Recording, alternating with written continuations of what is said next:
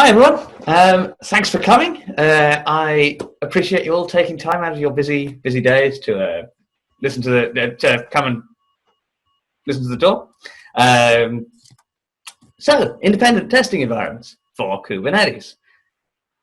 Exciting title, I know. Thank you for showing up anyway. Before I dive in, I thought I would introduce myself, mostly because I like talking about me. I am Ben. I am a software engineer by trade. I previously worked at MongoDB, where I worked as part of the enterprise Kubernetes team and helped them build tooling to run MongoDB at scale inside of Kubernetes. But now I am the founder of Krucible. Krucible is a platform for creating Kubernetes clusters for testing and development. Hint, this is a large part of the reason I'm interested in talking to you today. It's because I believe that that Krucible is the best way of creating independent testing environments for Kubernetes. But that being said, I don't want you to think of this as a sales pitch because I don't intend it to be one.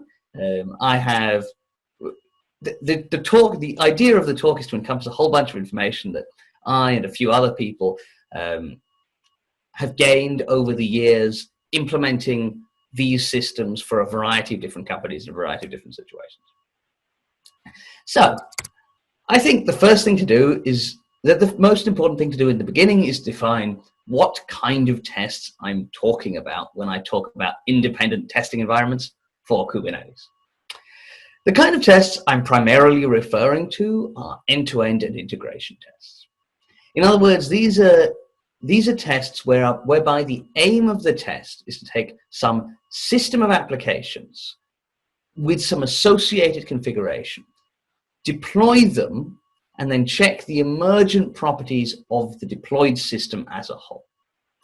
Now, assuming you currently run Kubernetes in production, I want you to think about how you currently run these kinds of tests. In our experience, there are a few different ways that people approach this problem. And the first one that I'm going to talk about is to not bother. This was quite surprising to me, at least surprising to me how many organizations took this approach. And this was simply that to assume that they would test each individual service within their system individually, and they would assume that having tested each service, if the service itself, if each individual service was behaving correctly, at least according to the tests, then the entire system must also be behaving correctly. Now, I totally get why people do this, because it's easy, it's quick, there's nothing quicker than not testing, nothing easier to maintain than no tests. But in practice, this doesn't catch a whole set of real-world problems. There are a whole class of problems that if you do your tests this way, you will only catch when you deploy to production. Perhaps the most important thing that this doesn't test is your Kubernetes configuration. Kubernetes and its configuration, as I'm sure anyone who has spent any non-trivial time using Kubernetes will be able to tell you, this configuration is extremely complex and extremely powerful, but extremely complex.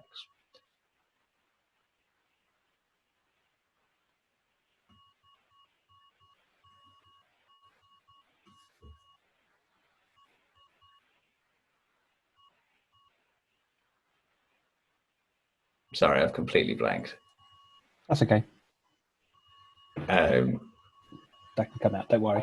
So yeah, just roll over it again. Look at where you were going with the next slide and come back. Yeah. Hold on. Sorry. Let me remember what I'm actually doing with it. Right. The configuration is complex. Okay. Yeah. Okay. I remember what I'm up to. Okay. Cool. Perhaps the most important thing that Perhaps the most important thing that isn't tested is your Kubernetes configuration. As I'm sure anyone who has spent any non-trivial amount of time working with Kubernetes knows, Kubernetes configuration is extremely powerful, but it's also extremely complex. And this complexity means that it's extremely easy to screw up creating your Kubernetes configuration, and thus it's extremely important to test the Kubernetes configuration before you deploy to production. Otherwise, you will find the errors in production. So, given that testing is important, the way some organizations attempt to solve this problem is by testing their systems outside of Kubernetes, usually using a simpler orchestration system for these tests. Something like Docker Swarm, or perhaps just a set of custom bash scripts that set up each individual service just so. Now, this is a hell of a lot better than not doing any tests at all, but it still has a whole bunch of issues. Perhaps most importantly is that your orchestration system in your testing environment now has a completely different set of characteristics from your orchestration system in production. It's also a maintenance burden. You now have to maintain an orchestration system, and orchestration systems are not the easiest things to set up and deploy, hence this discussion. You now have to maintain an entirely new orchestration system that you are only using in tests. And you don't need to. You already have an orchestration system that you're using in production that you can deploy in your testing environment. And finally, again, you're not deploying your Kubernetes configuration. So you're not testing your Kubernetes configuration, which is bad for all of the reasons expounded upon in the previous slide. The way that some slightly more sophisticated organizations sometimes approach this is to create a new Kubernetes namespace for each test run. Now, this is better again than deploying outside of Kubernetes, for the simple reason that you're now using the same orchestration system in your tests and in your production system. This means that your system will behave very similarly in your testing environment. Your services will start in the same way, your services will restart in the same way. And perhaps most importantly, you are now testing the Kubernetes configuration, or at least most of the Kubernetes configuration. The reason I say most is because there are still some things that you cannot test with this mechanism. This particularly involves anything that spans the namespace boundary. Custom resource definitions and persistent volumes both exist at the cluster level rather than at the namespace level. This means that you can't deploy them to within a namespace, and thus you can't test them in an isolated fashion by creating a new Kubernetes namespace for each test. This mechanism also has the issue that you have the potential to now impact other workloads that are running within your cluster. If you perchance co-tenant your tests and your production environment, there is now the possibility that your tests, if they consume a bunch of resources, will meaningfully impact your production workload if they consume the resources that your production workload would require. And even if you don't, and I would generally recommend against co-tenanting your tests and your production environment, even if you don't co-tenant your tests now have the possibility to impact each other. And this is an important issue, as your tests now lose the important independence that gains you signal in your testing process. So for example, if test A consumes a whole bunch of resources that test B requires to run, test B might now fail through no fault of its own, simply because test A consumed the resources. So, the way that the most sophisticated organizations that we have worked with tackle this problem is by deploying a dedicated Kubernetes cluster per test run. Now, at first, this might seem fairly heavyweight. Creating a whole new Kubernetes cluster doesn't actually need to be as difficult as it first sounds, though. There is now tooling available that makes deploying new Kubernetes clusters fairly quick and fairly easy and fairly cheap. And it does come with a whole bunch of advantages. Perhaps the most important, again, is that you can now test your full Kubernetes configuration. No, there is no restriction on the namespace level, which restricts there is no restriction at the namespace level preventing you from testing certain types of resources. You're also guaranteed a completely clean environment for every test run. There's no chance that any previously run test could have manipulated the state of the cluster in such a way that affects your new test. There's also no way that the test can impact any other workload, as by definition, you have a dedicated Kubernetes cluster for this test. So given that creating a dedicated Kubernetes cluster for each test run is one of the best ways to build confidence in your deployment process, how do organizations who do this in practice actually manage it? Well, usually they use one of a few different tools. The first tool I'm going to talk about is called MiniCube. MiniCube is very familiar. It's used in most development tutorials, getting started guides to the Kubernetes getting started guides, and it's very popular. And it's one of the oldest tools for deploying Kubernetes for non-production workloads. The way that it works in practice is that it creates a virtual machine on the host, and within that virtual machine runs all of the components of a Kubernetes cluster that you can then communicate with. Now, this has the fact that it runs within a virtual machine does introduce some complications. Firstly, it's very heavyweight. This means that it's difficult to run many of them on a single instance. And it also it makes it difficult and perhaps pointless to run from within a container. And this is particularly bad if you happen to be running your CI and CD environments from within a containerized environment.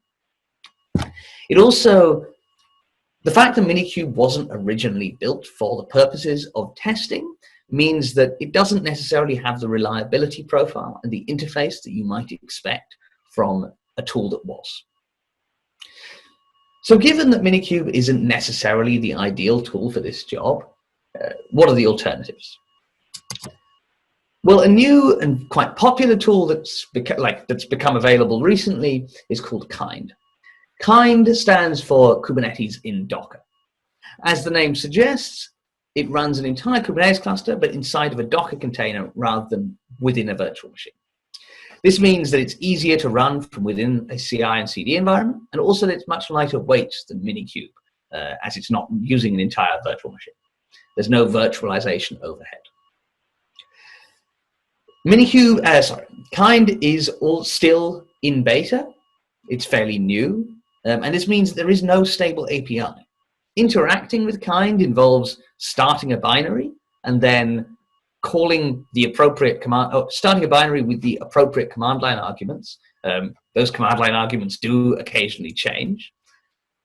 It does also mean that it's not necessarily the easiest thing to run from within a CI and CD environment, despite this being its purpose. It's easier than MiniCube, but the fact that this binary does expect to be able to call Docker means that it's not necessarily calling out to Docker from within a container isn't necessarily simple. Certainly not within a sort of handled CI and CD environment. In spite of those caveats, I do believe that Kind is probably the best way of self-hosting Kubernetes clusters for this use case. There are a few other tools that operate in a similar way and provide a similar interface, including K3s, maintained by Rancher, and Microcates, maintained by Canonical of Ubuntu fame. But neither of these tools are maintained by the Kubernetes Foundation. In other words, Kind is actually created and used by the Kubernetes project itself.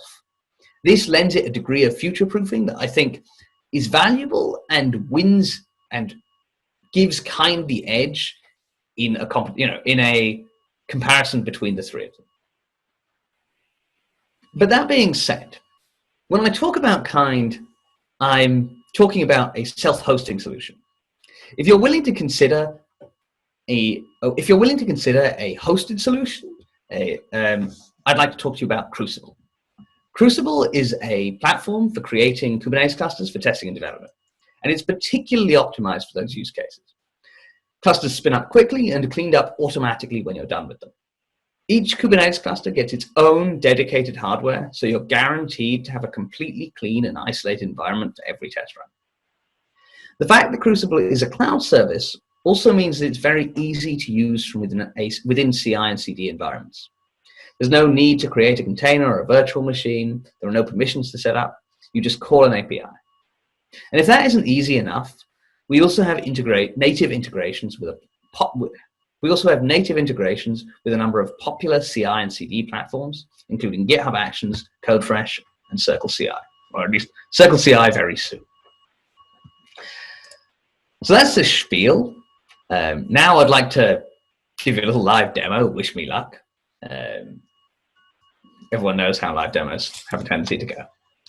So this is the Krucible website. It's a very standard software as a service website, as I'm sure you can see. And as I'm sure you can see all of the CI and CD support that we have. I'm not currently logged in, so I'm going to remedy that now.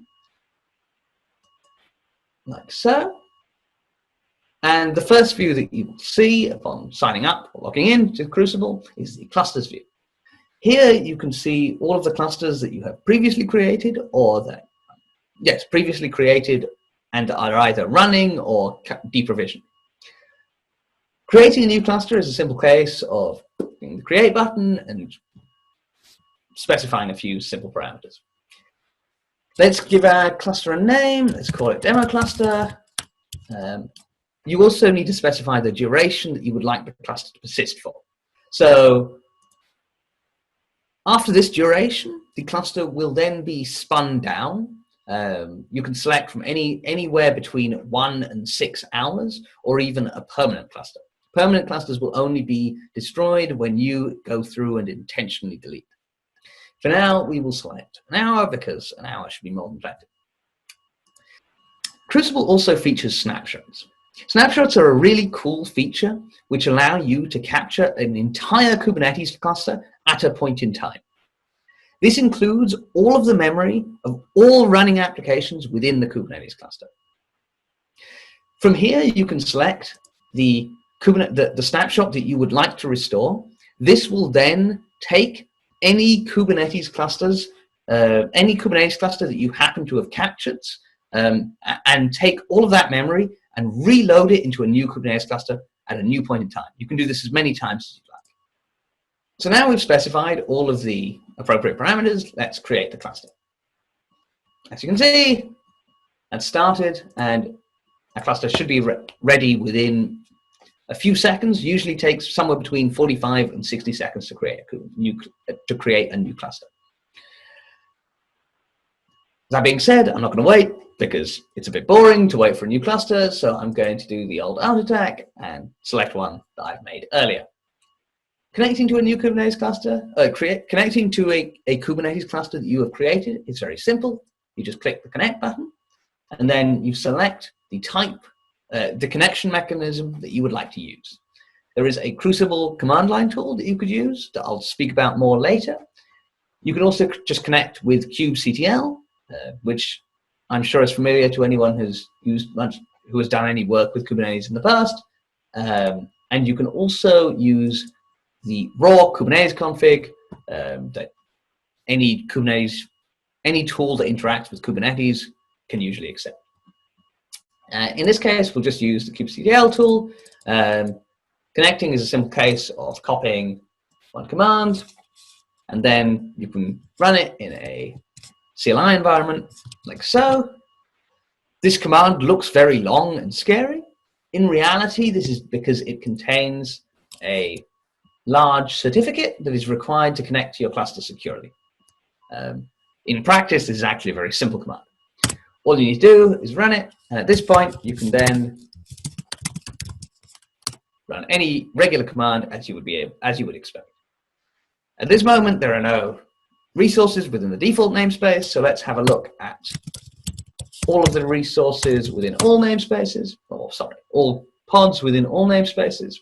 And as you can see, there are a bunch of standard pods that you would expect in any standard basic Kubernetes cluster, including DNS, etcd, API servers, controller managers, proxies, schedulers, etc. So that is creating a Kubernetes cluster from within the web interface. But naturally, this isn't necessarily the most convenient way of doing this from within an automated environment. So there is also an API that I can demonstrate later, but there is a command line tool, the Krucible command line tool that I just spoke about, that you can also use to interact with Krucible in an automated fashion. Creating a cluster is again very simple. You just specify the parameters that you would have specified from within the web interface. You specify a display name. Let's call this CLI demo, and let's specify a duration of 1 hour. And that's all you have to do in order to create a Kubernetes cluster. If we left this to complete, it would very shortly print out some connection information that would allow you to connect to a Kubernetes cluster. I'm not going to let this complete because, again, it'll take 45 to 60 seconds.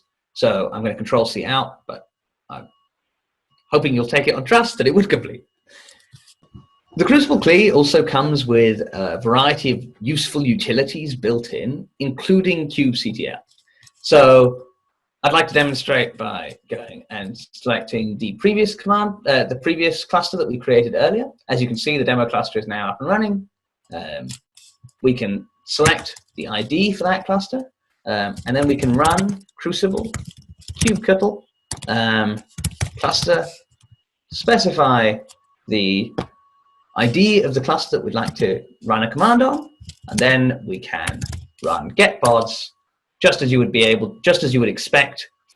In addition to kubectl, Helm also comes bundled with Krucible, so you can do in a very similar way Krucible Helm cluster, specify the cluster ID, and then run this. That's just the Helm help text, but if you ran any more complicated Helm command, it would be automatically connected to the appropriate Kubernetes. It would also automatically run the appropriate Helm commands within the context of the right Kubernetes cluster. In addition to Helm and kubectl, the Krucible also comes with KubeBox, which is a tool for viewing your cluster and seeing the various pods running within your cluster. It's very useful for determining, or for monitoring memory, CPU, network usage, and as well as viewing logs for individual pods.